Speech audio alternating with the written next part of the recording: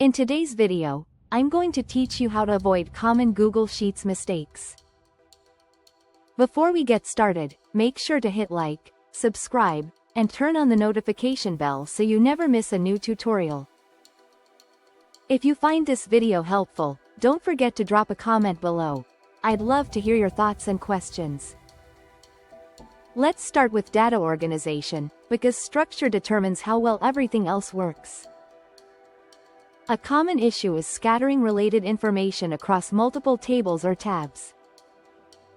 When data for the same project lives in different places, it's harder to analyze, combine, and audit.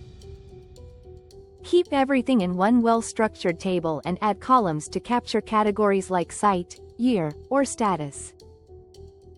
This keeps relationships clear and makes filters and pivot tables far more effective.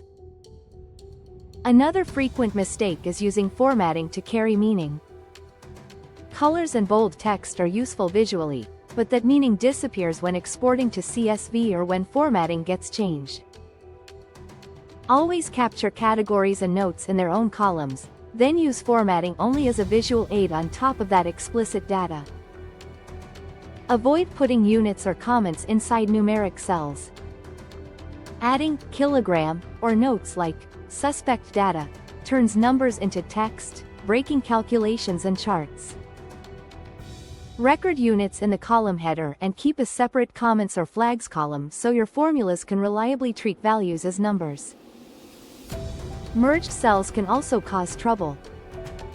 They break sorting, filtering, and many formulas. Reserve merging for presentation in a separate summary sheet, and keep your raw data area unmerged and rectangular for dependable analysis. Be careful with blanks. An empty cell is not the same as zero, it's an unknown. Functions like average can return unexpected results if blanks are treated as missing values. Enter zeros where the value is truly zero so your math remains accurate. On formulas, syntax matters.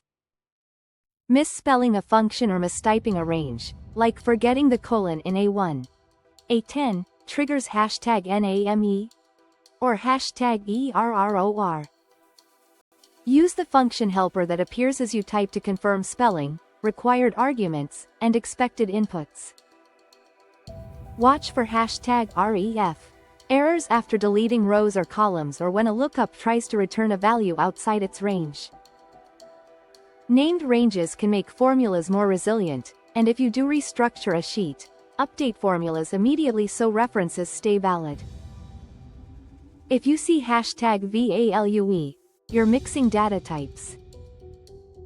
Make sure numeric columns are numbers, dates are dates, and text is text.